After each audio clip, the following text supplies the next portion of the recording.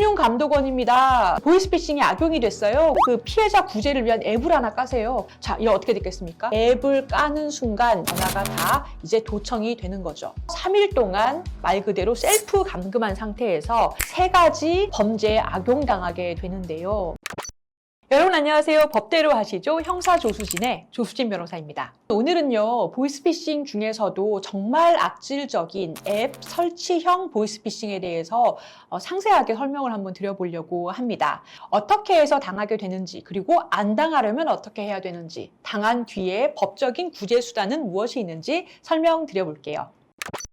자, 오늘 제가 소개해드릴 사례는요, 이정빈 씨라는 이거 가명입니다. 그리고 이분 사연도 있지만 뉴스에서 보도된 앱 설치형 보이스피싱 사례를 믹스해서 가상으로 만들어 본 사례입니다. 자, 이정빈 씨는 32살이고 수도권에서 4년제 대학을 나온 평범한 직장인이라고 설정을 한번 해볼게요. 이 이정빈 씨에게 어느 날 갑자기 본인 전화로 전화가 한 통 옵니다. 금융감독원입니다. 지금 본인 명의로 무슨 계좌가 보이스피싱이 악용이 됐어요. 그래서 거기로 피해자들이 돈을 수억 원을 넣었는데 알고 있으세요? 체포영장도 지금 발부가 됐습니다. 제가 지금 링크를 하나 보내드릴 테니까 보시면 영장 확인할 수 있어요. 굉장히 당황스럽겠죠. 보통 우리가 금융감독원입니다, 검찰입니다 하면 보이스피싱이라고 의심을 하잖아요. 그래서 이정빈 씨도 아마 의심이 됐을 거예요. 근데 그 링크를 열어보니까 이정빈이라고 해서 진짜 체포영장 링크가 있고, 그리고 그 보내준 곳에 다른 곳을 눌러보니까 본인 명의로 개설된 계좌도 보일 수가 있더래요. 그래서 이정빈 씨가 당황해서 그 금감원 사람한테 저는 여기 그 땡땡 은행에 아예 계좌 자체가 없어요. 계좌를 개설한 적도 없는데 어떻게 이럴 수가 있죠? 라고 했더니 이 금융감독원이라는 그 사람이 그러면 피해자신가요? 명의도용을 당한 것 같네요. 근데 어떡하죠? 피해자인지 아니면 공범인지 알 수가 없기 때문에 명의도용 당했다라는 것을 입증하셔야 됩니다. 라고 얘기하더래요. 자, 여기서부터가 중요한 건데 피해자임을 입증하지 않으면 체포당합니다. 라고 협박을 해서 정신없게 만드는 거예요. 근데 일반적으로 이 정도로는 속지 않겠죠. 저도 그럴 것 같고요. 근데 이때 이 금융감독원 사람이 지금 이 핸드폰은 명의도용 된 거 보니까 벌써 해킹당한 것 같아요. 그래서 회사 부근에 가서 공기계 하나 사다가 그 피해자 구제를 위한 앱을 하나 까세요. 그러면은 어떻게 하실지 알려드릴게요. 라고 얘기를 하더래요. 자, 여기서부터가 중요했는데 이정빈 씨가 회사 옆 핸드폰 가게에 가서 이 공기계를 하나 산 거예요. 그래서 보내준 링크로 깔았습니다. 자, 이거 어떻게 됐겠습니까? 이 앱을 까는 순간 모든 위치와 이 앱으로 주고받는 문자와 전화가 다 이제 도청이 되는 거죠. 그리고 나서 퇴근해서 집으로 왔더니 이정빈 씨 원래 핸드폰으로 경찰이라는 사람, 즉 제2의 인물한테 전화가 왔다 그래요. 그 경찰이 하는 얘기가 이정빈 씨 앞으로 보이스피싱으로 체포영장 발부돼 있는 거 아시죠? 저희가 지금 집행하러 가려고 하는데 어디십니까? 우리가 위치 파악했습니다. 무슨 오피스텔 앞에 있으시죠? 저희가 지금 체포영장 집행하러 가겠습니다. 공동현관문 번호가 몇 번이세요? 라고 얘기하더래요. 자, 여기서 이정빈 씨가 처음으로 무너진 거예요. 너무 깜짝 놀랐다고 하죠. 왜냐하면 자기가 어디 있는지를 알고 있으니까. 근데 알고 있는 이유는 이 핸드폰 앱 때문인데, 굉장히 간단한 트릭인데 너무 당황해서 알 수가 없었다 그래요.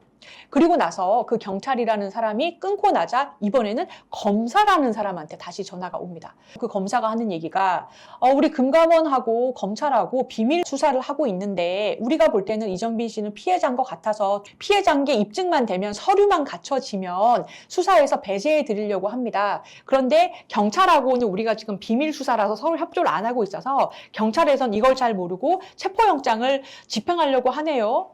이거 어떡하죠? 좀 도와드릴까요? 이렇게 얘기하면서 이정빈 씨한테 지금 체포영장 집행되면 보호자한테 알려야 되는데 부모님 집 주소가 무슨 시, 무슨 구, 무슨 동에 무슨 아파트 몇 동 몇 호 맞으시죠? 이렇게 얘기를 하더래요. 자, 여기서 두 번째로 완전히 무너진 거죠.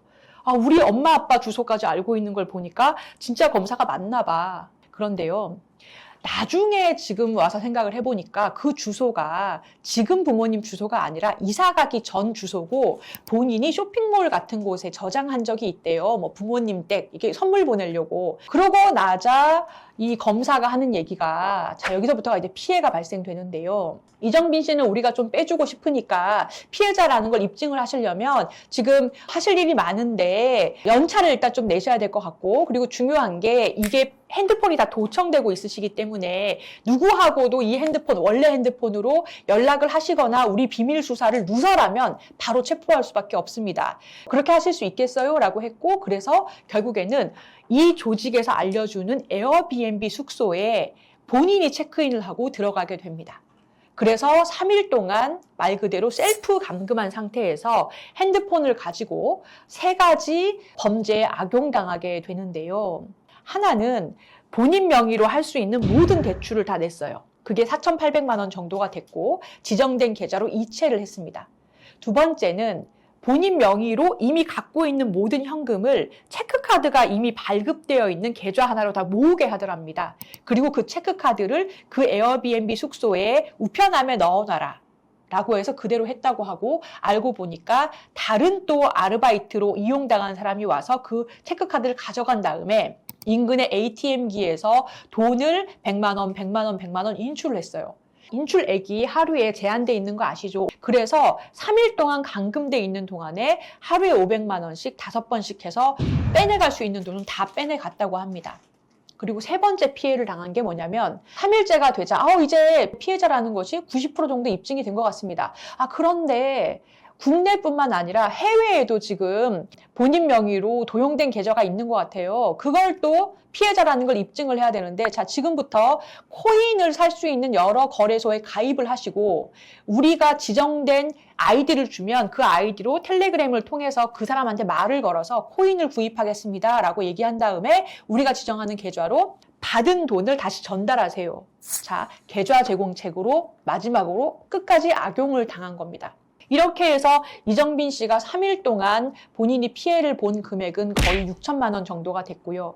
그리고 본인의 계좌로 들어온 알지 못하는 사람들의 돈을 코인으로 바꿔서 다시 전달한 자기도 모르게 범행에 가담하게 된 돈도 1억 원이 넘었습니다. 거의 2억 원 가까이 피해를 보게 된 거죠. 여러분 너무 안타까운 사례죠. 뉴스에도 보도가 됐었고 여러 프로그램으로도 비슷한 사례들이 방영이 됐고요. 또 제가 상담한 사례도 여러 건이 있습니다. 다 듣고 나서 어떤 생각이 드세요? 사회초년생 또는 60대, 70대 부모님들에게 많이 나타나는 수법인데요. 나와 관계된 개인정보를 정확하게 알고 있고 내가 지금 어디에 있는지 위치까지 알고 있고 결정적으로 체포영장이 발부됐다고 하면서 여러 명이 정신없이 전화를 걸어오는 것. 굉장히 전형적인 가스라이팅을 통한 앱을 이용한 보이스피싱입니다. 안 속을 것 같지만 막상 당해보면 정신없이 당하게 돼 있다고 합니다. 자, 그러면 이러한 상황에서 무엇을 하면 안 될까요? 제가 3가지를 알려드리도록 할게요. 첫 번째로 금융감독원입니다. 검찰청입니다. 체포영장이 발부됐습니다. 본인 계좌가 악용됐습니다. 100% 보이스피싱입니다. 체포영장은요, 전화나 문자로 그렇게 보여주면서 집행하는 게 아니에요. 그런 전화를 받으시면 곧바로 전화를 끊으시기 바랍니다. 두 번째, 절대로 누군가 보내준 링크로 앱을 설치하지 마세요. 설치하는 순간 GPS가 설치되고요. 내 핸드폰이 해킹돼서 문자나 전화가 모두 도청될 수가 있고 또 하나 무서운 것이 이 일당들이 내 핸드폰을 좌지우지하기 때문에 그때부터는 내가 경찰청에 전화를 걸어도 그 일당 사무실로 연결이 되고 검찰청에 전화를 걸어도 그쪽으로 연결이 됩니다. 그래서 여러 명이 돌아가면서 전화를 받으면서 나를 속이는 거예요. 앱 설치는 반드시 앱스토어 또는 구글 플레이 공식 스토어에서만 하시기 바랍니다. 3번째로 대부분의 이러한 셀프형 피해에서는 아무에게도 말하지 말라고 합니다. 어떤 금융감독원이나 어떤 수사기관이 아무에게도 말하지 말라고 하겠습니까? 그런 일은 없습니다. 대부분 변호사 조력을 받으라고 하죠. 속지 마시기 바랍니다. 이렇게 해서 상담을 오신 의뢰인분들한테 저는 여러 가지로 그나마 있는 돈을 최대한 보상받으실 수 있는 피해 회복책을 상담을 해드려요. 이것도 역시 3가지 정도로 요약할 수가 있는데요. 첫 번째로는 보이스피싱 피해를 막기 위해서 내 계좌에 남아있는 돈을 환급받을 수 있는 특별법이 있는 것 알고 있으시죠? 전기통신금융사기 피해금 환급특별법입니다. 이게 해당만 되시면 가장 빠른 길이에요. 이 방법은 은행에 피해 구제 신청서를 제출을 하시고 지급정지 신청을 해서 진행을 하는 것인데요. 조건이 하나 있습니다. 계좌에 남은 돈이 있으셔야지 돌려받으실 수가 있어요. 그럼 만약에 내 계좌에 이미 다 인출돼서 나가고 남은 돈이 없다면 어떻게 해야 될까요? 형사와 민사로 가시는 수밖에 없겠죠. 첫 번째로 아까 검사, 금감원 사칭한 사람들을 잡으려면 한참 걸릴 거예요. 이거는 일망타진을 해야 되기 때문에 많이 걸리겠지만 지금 이 사례에서 이미 신원이 드러난 공범들이 있죠. 내 체크카드를 가져간 사람 아마 CCTV에 다 찍혔을 거예요. ATM에서 인출한 사람 다 찍혔을 거고 또 하나가 내가 입금한 계좌를 제공한 계좌 주인들 내가 그 계좌번호 다 알고 있잖아요. 적어도 이 4명에서 5명 정도는 그들이 알고 했는지 모르고 했는지에 따라서 공범으로 볼 수 있는 여지가 많이 있습니다. 그래서 수사기관에 사기죄 또는 사기방조죄로 공범으로 해서 고소를 하시는 방법이 가장 확실합니다. 그러면 수사기관에서 이 사람들이 알고도 알바로 돈을 받고 한 것인지 아니면 정말 모르는 이 사람들도 제3의 피해자인 것인지 밝혀줄 거예요. 형사고소를 하시게 되고 기소가 된다면 형사배상명령 제도를 통해서 피해를 어느 정도는 구제를 받으실 수 있는데요. 만약에 형사 과정에서 합의가 되지 않는다, 피해 구제를 못 받으셨다면 민사소송을 제기해야 되겠죠. 이들은 일반적으로 고의뿐만 아니라 과실에 의해서 같이 배상을 해야 되는 공동불법행위자입니다. 아까 그 계좌를 제공한 사람들 그리고 수거책 그리고 인출책 모두에 대해서 공동불법행위로 민사손해배상소송 제기가 가능하십니다. 자, 지금 말씀드린 형사와 민사 소송 과정에서 가장 전문적이고 어려운 부분은요. 이 가담자들이 고의과실이 있었다라는 것을 입증하는 부분과 또 하나는 피해자가 셀프로 이렇게 진행한 경우에는 피해자 측도 과실이 있다라고 법원에서 배상 금액을 제한하는 경우가 있거든요. 그래서 전문적인 변호사 상담을 통해서 피해 구제를 받으시는 것이 좋습니다. 보이스피싱 피해로 고통받고 있으신 분들이 계시다면 더든든 법률사무소로 전화를 주시거나 카카오톡에서 법률사무소 더든든을 검색하세요. 저와 상담하실 수 있습니다.